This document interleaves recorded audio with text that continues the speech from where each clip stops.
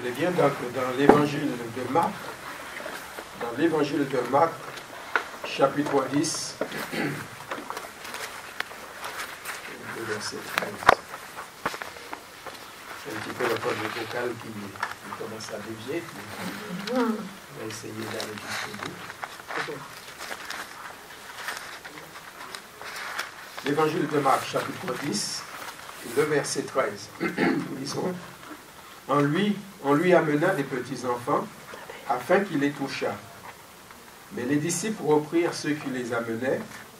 Jésus, voyant cela, fut indigné et leur dit, « Laissez venir à moi les petits-enfants, et ne les empêchez pas, car le royaume de Dieu est pour ceux qui le ressemblent. Je vous le dis en vérité, quiconque ne recevra pas le royaume de Dieu comme un petit enfant, n'y entrera point. » Puis il est pris dans ses bras, et les bénit en leur imposant les mains. Amen. Amen. Je vous invite aussi à lire dans l'évangile de Matthieu. Dans l'évangile de Matthieu, et nous lisons à partir du chapitre 18. Chapitre 18. Il faut partir du verset 1er. L'évangile de Matthieu, chapitre 18, le verset 1er, il nous est dit, « En ce moment, les disciples s'approchèrent de Jésus et dirent, « Qui est donc le plus grand dans le royaume des cieux ?» Jésus, ayant appelé un petit enfant, le plaça au milieu d'eux et dit, « Je vous le dis en vérité, si vous ne vous convertissez et si vous ne devenez comme des petits enfants, vous n'entrerez pas dans le royaume des cieux. C'est pourquoi quiconque se rendra humble comme ce petit enfant sera le plus grand dans le royaume des cieux. Et quiconque reçoit en mon nom un petit enfant, comme celui-ci me reçoit moi-même. Mais si quelqu'un scandalisait un de ces petits, qui croit en moi, il faudrait mieux pour lui qu'on suspendît à son cou un meule de moulin et qu'on le jetât au fond de la mer. Amen. Amen. Se scandalisait un de ces petits. C'est pour cela que je vous parle, frères et sœurs, de vraiment de cette protection de Dieu. Amen. Ce matin, je voudrais vous parler vraiment les caractères, les sentiments, ce que le Seigneur approuve chez l'enfant, chez un enfant qui nous donne cette image et qui désire retrouver chez l'enfant de Dieu. C'est trait de caractère, c'est trait de sensibilité. Nous pouvons relever tout cela dans l'innocence, on pourrait dire dans la naïveté, mais vous savez, la naïveté c'est quand on ne sait pas quelque chose et on le fait par rapport à celui qui sait. Mais vous savez, à partir du moment où nous sommes dans l'innocence, nous sommes vraiment sous la protection. Un enfant, il est protégé, un enfant est protégé. Un enfant digne dans cette famille raisonnable, l'enfant est protégé. Un enfant. Vous savez que la parole de Dieu dit dans le psaume 131, verset 2, c'est le psalmiste qui dit, « Loin de là, j'ai l'âme calme et tranquille, comme un enfant sevré qui est auprès de sa mère. J'ai l'âme comme un enfant sevré. » Vous savez qu'un enfant qui est auprès de ses parents, auprès de sa mère, l'enfant se sent en sécurité. Il doit se sentir en sécurité. Et c'est vrai, la parole de Dieu se tient dans cette exhortation de ne pas mépriser un seul de ces petits. Et là, c'est pour... Et quand nous faisons revenir tout cela sur le plan spirituel, frères et sœurs, vous savez qu'il y a des choses qui paraissent anormales. Nous avons lu une ou trois récits, il y a des choses qui paraissent anormales, qui voient même choquantes, en même temps simples. Les disciples, ils croyaient bien faire. Les disciples, ils croyaient bien faire. En repoussant les enfants qu'on amenait vers Jésus. Vous savez, Peut-être le maître était fatigué, s'arrêtait les enfants qui criaient, hein, comme des enfants, quoi. On entendait, c'était brouillon, mais il y avait la vie. Vous savez, hein, quand il y a des enfants, il y a la vie. Hein. Les enfants s'expriment, il n'y a pas de filtre. Voilà. Il pensait fatiguer le maître, et puis il repoussait, sans doute, les enfants. Mais vous savez que, tout simplement, ça n'a pas plu Jésus. Ça n'a pas plu le Seigneur.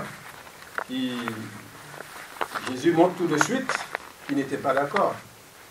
Il nous a dit qu'il fut indigné. Donc, indigné, c'est comme si un sentiment de colère, de mépris. Arrêtez de les chasser. Et à travers cet épisode, il y avait, je pense, je suis convaincu maintenant, il y avait des leçons à faire passer.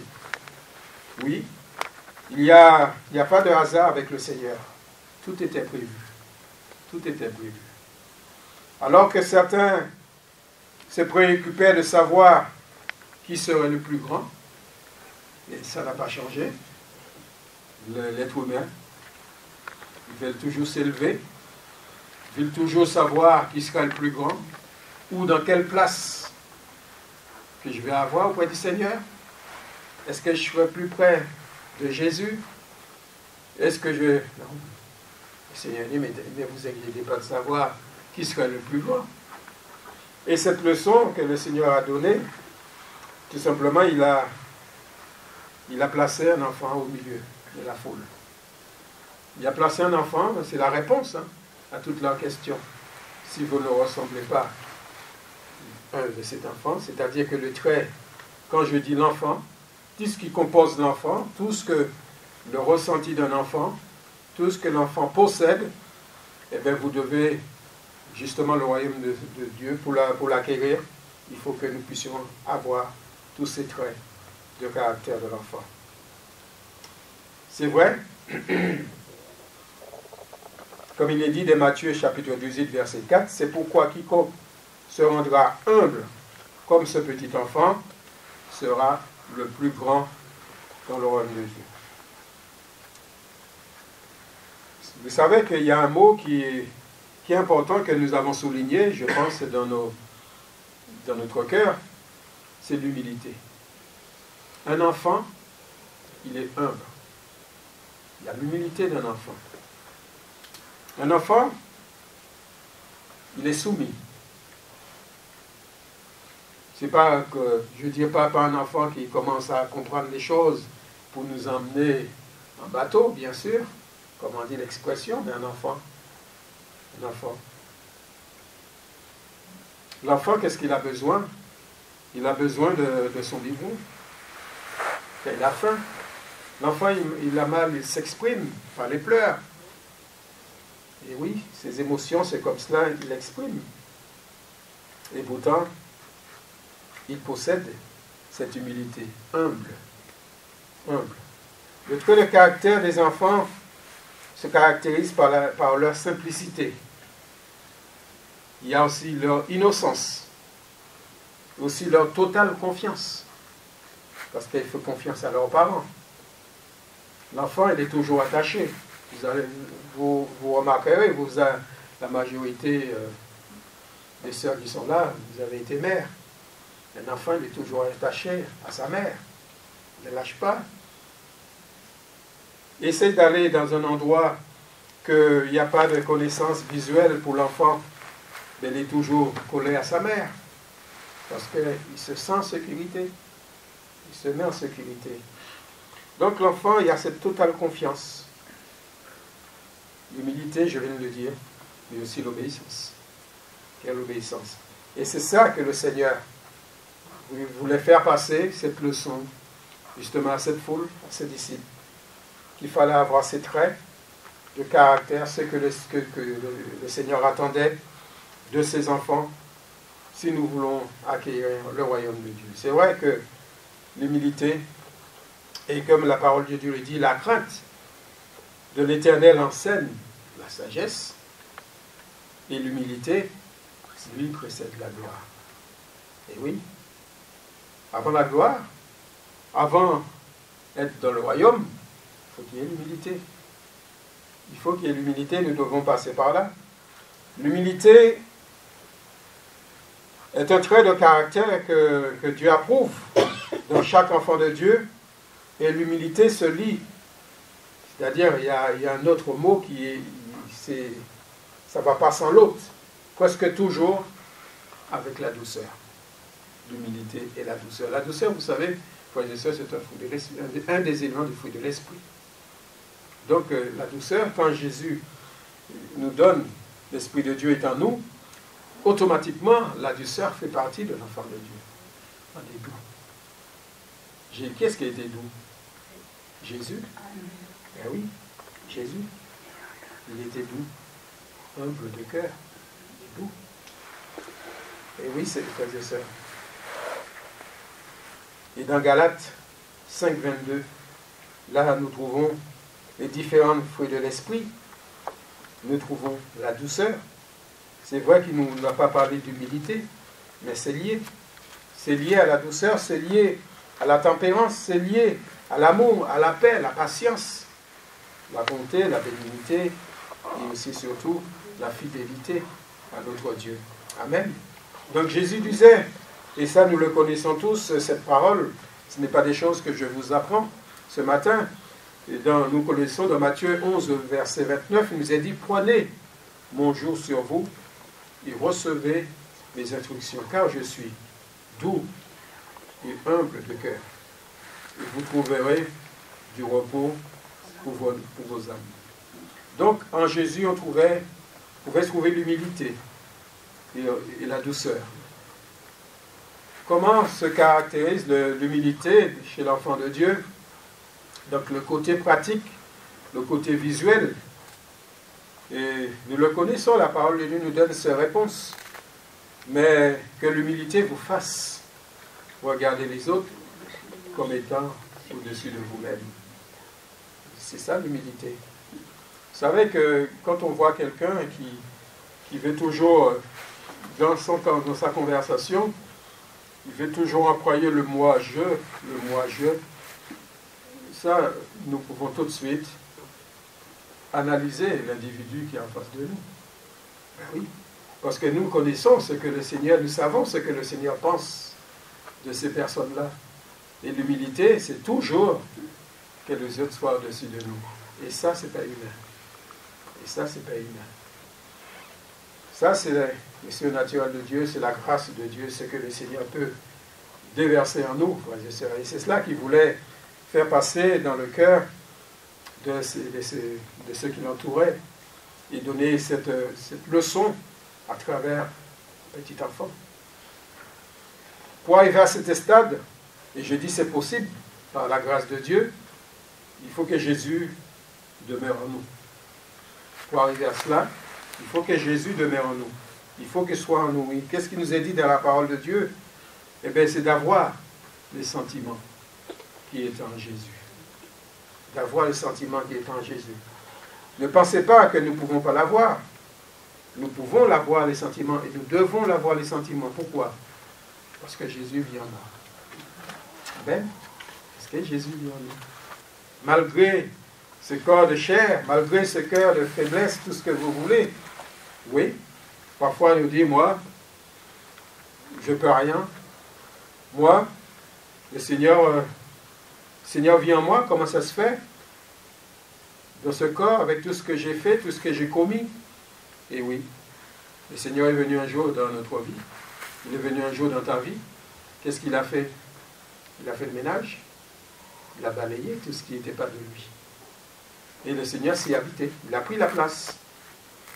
Il a pris la place. Et c'est vrai que le Seigneur vit en nous, mais vous savez, tant qu'on sera dans ce corps de chair, il y aura toujours une lutte constante.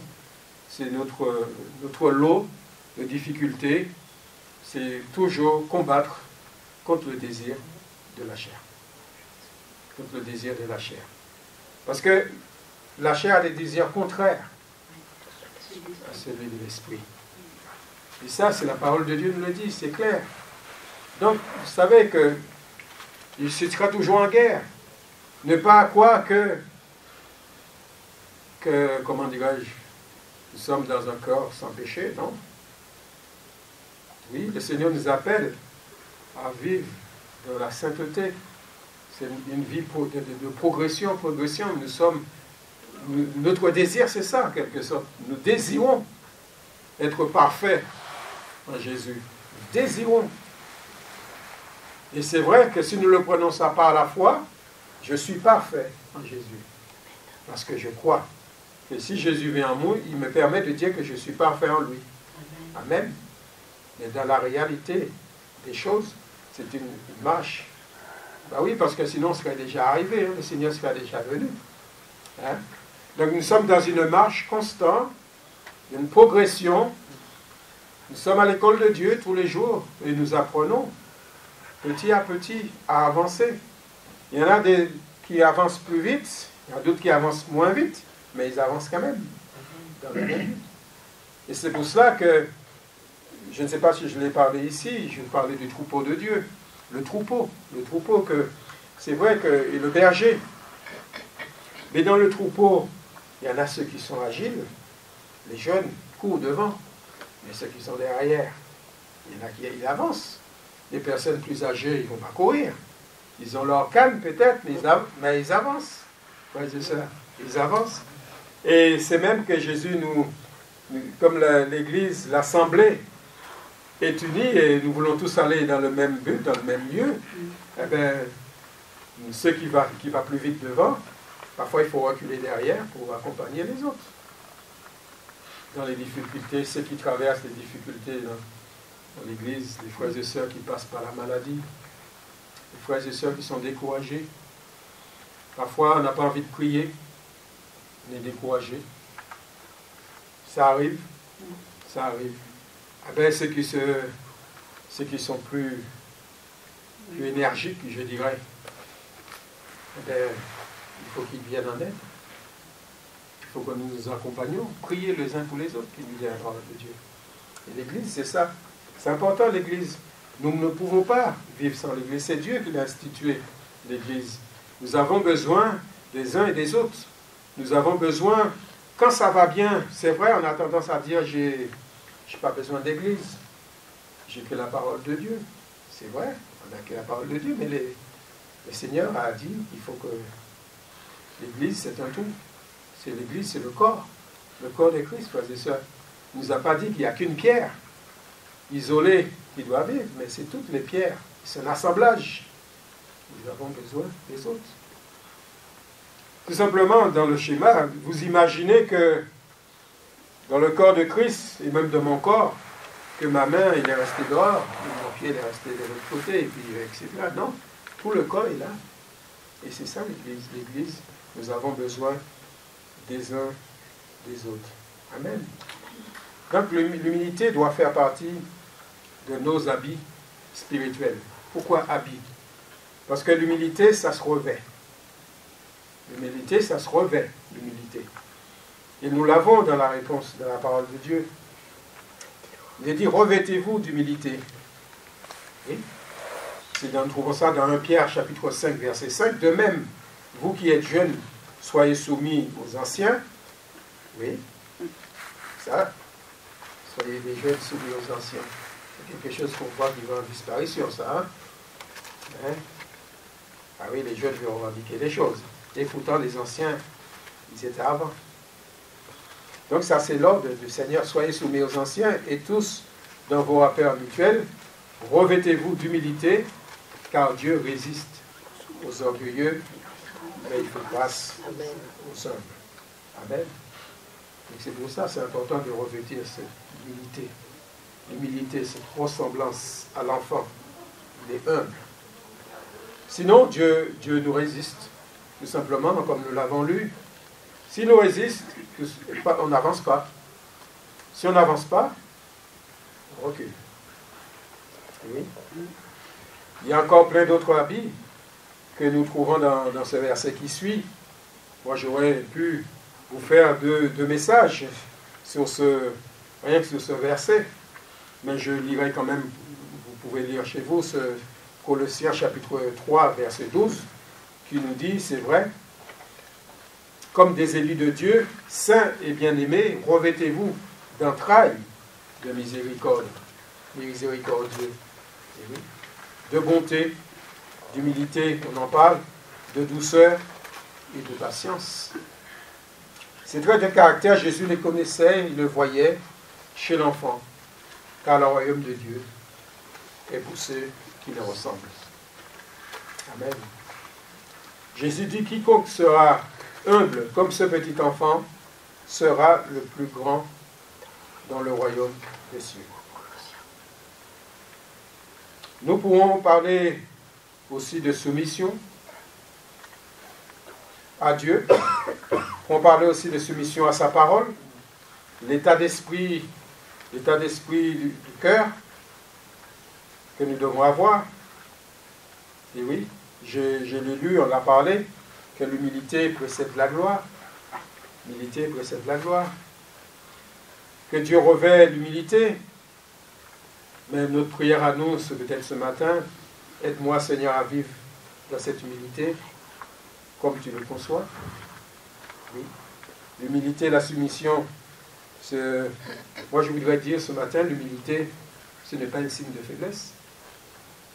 Être humble, ce n'est pas un signe de faiblesse. Même si c'est aux yeux du monde, de ce monde humble, il croit qu'on est faible, il croit qu'on démissionne. Mais non, l'humilité, c'est le caractère que le Seigneur et Dieu approuve chez l'enfant de Dieu. C'est ça qui permet à Dieu d'agir. Donc c'est cette humilité, il est précédé, oui, de la gloire, de la bénédiction de Dieu. Amen. Le deuxième point que je voudrais aussi souligner, c'est l'obéissance. L'enfant qui obéit à ses parents. Je sais que ça résonne dans la tête, tous les enfants n'obéissent pas à leurs parents. Mais quand vous avez un enfant sur votre bras, là, l'enfant, là, là, il obéit. Hein? Il ne marche pas encore, il ne dit pas non, quand on dit il faut dire oui, etc. Mais un nourrisson, mais je dirais même, le nourrisson, les parents, mais là, il reste là, etc. Mais un enfant, je ne sais pas, je vais vous prendre un enfant de 12 mois, de 18 mois, un enfant qui commence à marcher, et oui, un trait que nous pouvons voir chez l'enfant qui caractérise Jésus et son Père, c'est l'obéissance. C'est l'obéissance. L'obéissance n'est pas innée, nous savons que l'obéissance n'est pas innée chez l'homme. Parce que nous savons que ce n'est pas la désobéissance, au contraire, de nos premiers parents que le péché est arrivé dans ce monde. Et oui. Et ses conséquences. Nous avons hérité justement le contraire. Donc c'était désobéissance. C'est pour cela que parfois quand nous voyons nos petits qui marchent, qui commencent à marcher, qui commencent à parler, nous ne l'avons pas appris à dire non. Nous ne l'avons pas appris à mentir, à dire c'est pas moi et puis c'est tout. Et oui, moi j'en parle librement parce que j'ai eu des enfants. Quand un enfant te dise non c'est pas moi et nous le parents nous savons bien que c'est lui, et l'enfant n'a pas appris à mentir. Et oui, nous avons engendré malheureusement cette désobéissance et ce péché déjà qui commence à s'installer dans le cœur de l'individu. Et oui. Et mais la parole de Dieu nous dit, par l'obéissance d'un seul, beaucoup seront rendus justes.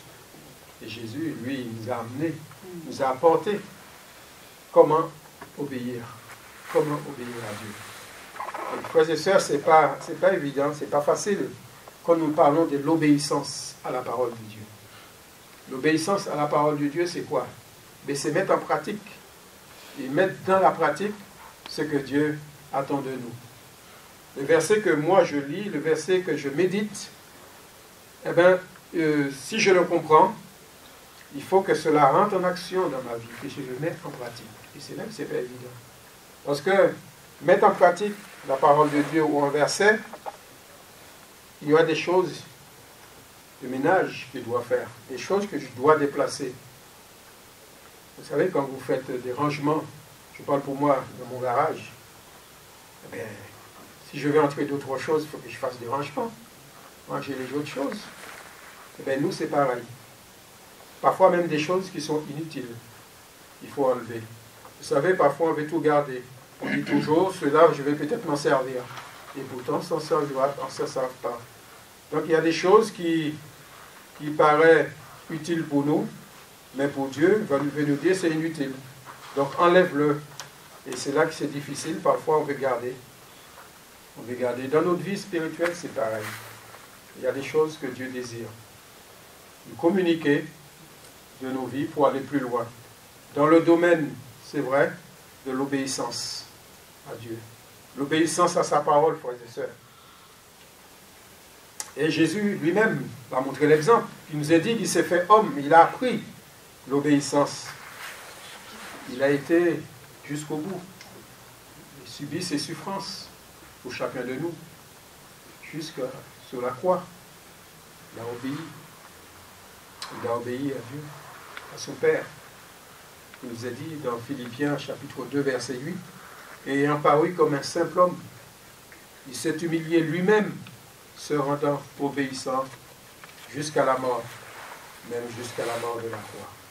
Amen. Et il est dit aussi, l'obéissance vaut mieux que les sacrifices. Et l'observation de sa parole, je le souligne, vaut mieux que la graisse des béliers. C'est vrai, nous sommes plus sur cette loi. Nous sommes plus sur la loi. Mais nous sommes sous la grâce. Mais sous la grâce, ça nous invite tout simplement à mettre la parole de Dieu en pratique. À écouter ce que Dieu dit. Amen.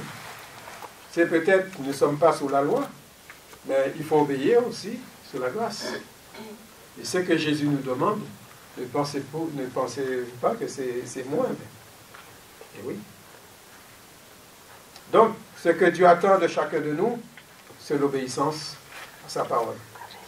L'obéissance, la parole que nous lisons, la parole que nous méditons, la parole que nous entendons. Et oui, quand Dieu parle, nous devons être sensibles, écouter.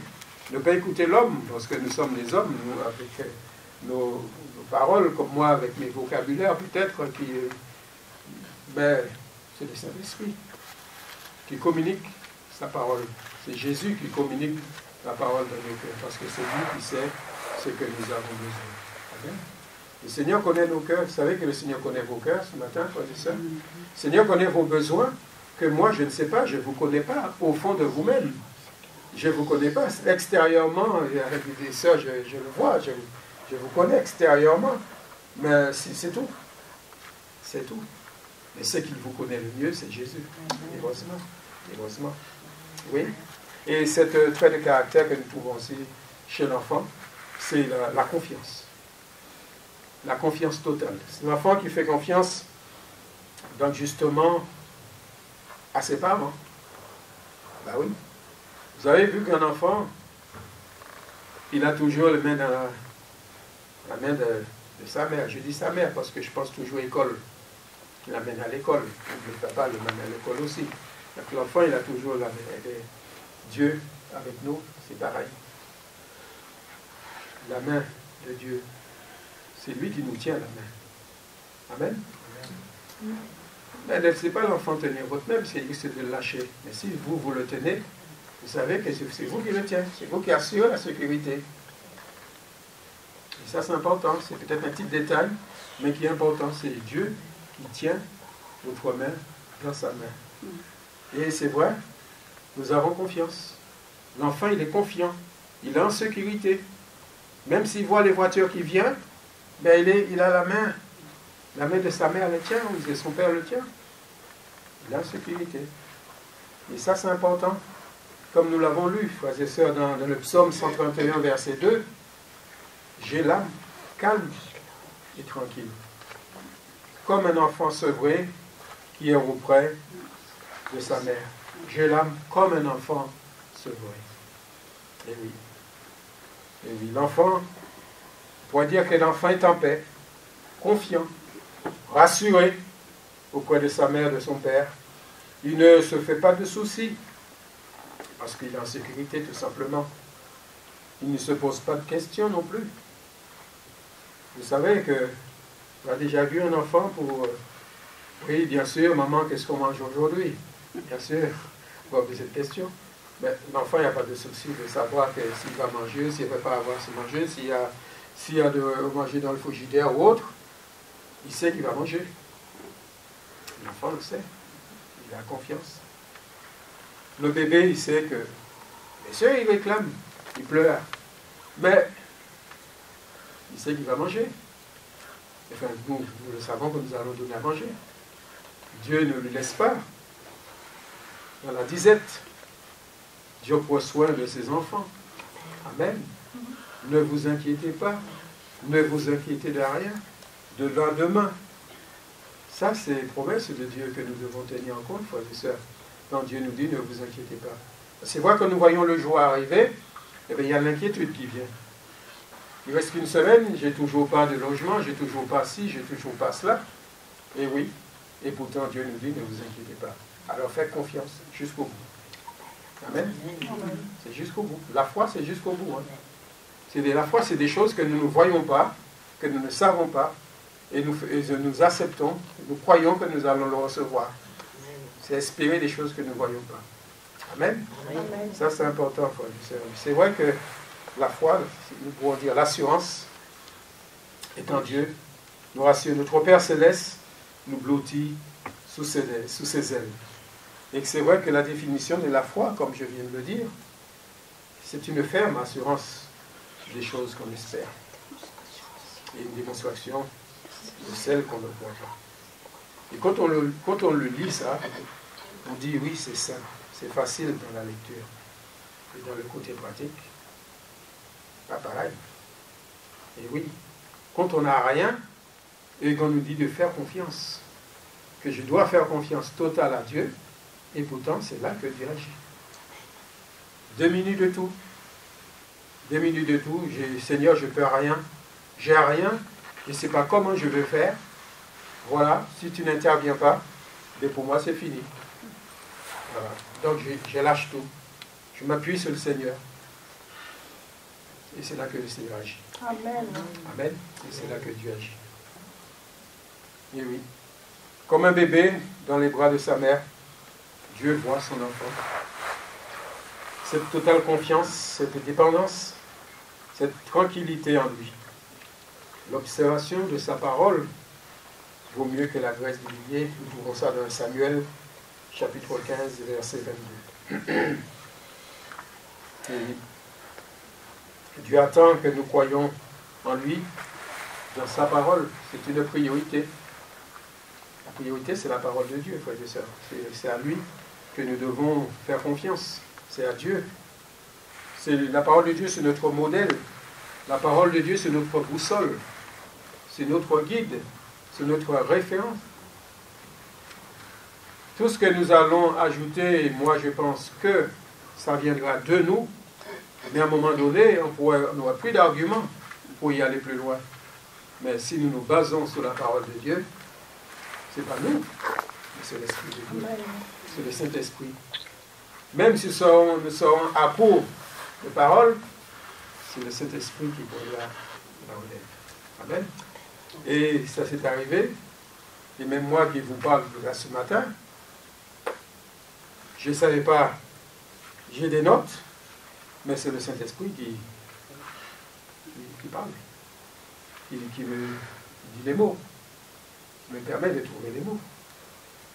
Je ne suis pas un orateur, mais non, je sais que le Seigneur m'a donné, mais j'essaie de l'apporter de tout mon cœur, avec l'aide du Saint-Esprit.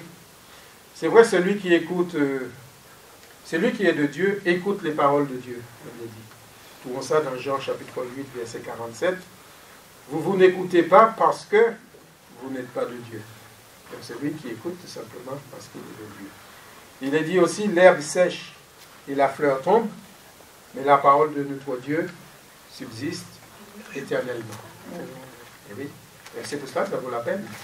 Il a même dit dans la parole est sur la terre parce que sa parole ne passera pas. La parole demeure, il a été au début, à la fin, il est éternel.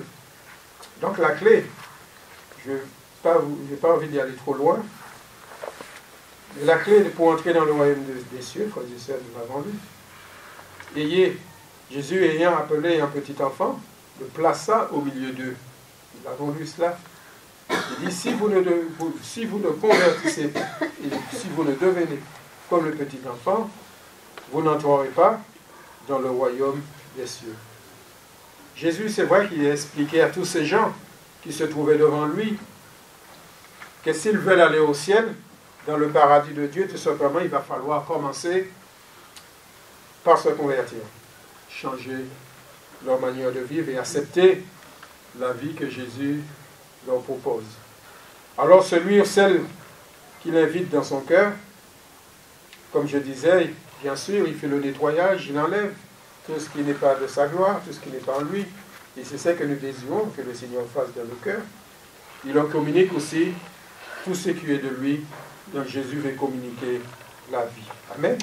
Devenir un petit enfant, et cela que nous désirons que le Seigneur vraiment nous donne tous ces traits de caractère d'un enfant, dans la simplicité, dans l'innocence, quand nous lisons la parole, frères et sœurs, quand vous lisez la parole de Dieu, ne cherchez pas à vouloir comprendre tout de suite. Vous savez, un enfant, il commence par la maternelle et progressivement, il va dans les études en progression. Et pourquoi nous voudrions avoir nos bacs tout de suite? Non, parce que nous avons besoin de passer à l'école de Dieu et apprendre petit à petit. Parce qu'il y a des choses que nous n'allons pas comprendre tout de suite, que nous ne comprenons pas. Et de fur et à mesure, c'est le Seigneur qui permet que nous avançons avec lui, qui nous communique. Parce qu'il y a des mystères que nous ne comprenons pas, que nous n'allons pas comprendre, jamais comprendre dans la parole de Dieu. Même des plus grands pasteurs, il y a des mystères dans la parole de Dieu, nous ne comprendrons pas. Et ces mystères, il nous est dit qu'il va nous révéler cela là-haut. Il n'y a que Dieu qui pourrait révéler cela. C'est vrai, nous aurons des arguments, nous apporterons peut-être des choses. Nous voudrions expliquer, parce que l'humain a besoin d'explication. L'humain a besoin toujours qu'on explique les choses. Mais avec Dieu, ce n'est pas comme ça. Nous avons besoin d'avancer étape par étape. Amen. Et nous confier à notre Seigneur. C'est vrai, il y a des choses que nous ne comprenons pas de la parole de Dieu, que nous ne comprenons pas, mais cela ne nous empêche pas d'avancer quand même. Tout ce qui est que nous ne comprenons pas, mettez-le en pratique déjà. Et c'est vrai que nous allons voir que si toutes les choses que le Seigneur nous les dit, que nous le mettions en pratique, ce sera top, ce sera l'essentiel, et ce sera gagné. Et ce sera comme ce petit enfant. Comme ce petit enfant. Alors, comme il dit dans Zacharie chapitre 2, verset 12, il dit, car celui qui vous touche à la prunelle de son œil. Parce que nous sommes son enfant, nous sommes protégés. Laissez venir à moi les petits enfants, ne les empêchez pas, car le royaume de Dieu est pour ceux qui leur ressemblent. L'enfant de Dieu, il écoute la parole de Dieu, sans la discuter, ni la contredire. Il le reçoit avec humilité et il la met en pratique, avec l'aide du Saint-Esprit, bien sûr. Alors, pour terminer, frères et sœurs, sur ce dernier verset, que nous le connaissons, et parfois nous le citons, dans Jean 3, chapitre 30, il faut qu'il croisse et que je diminue. Voilà, que Dieu soit béni. Merci Seigneur pour ta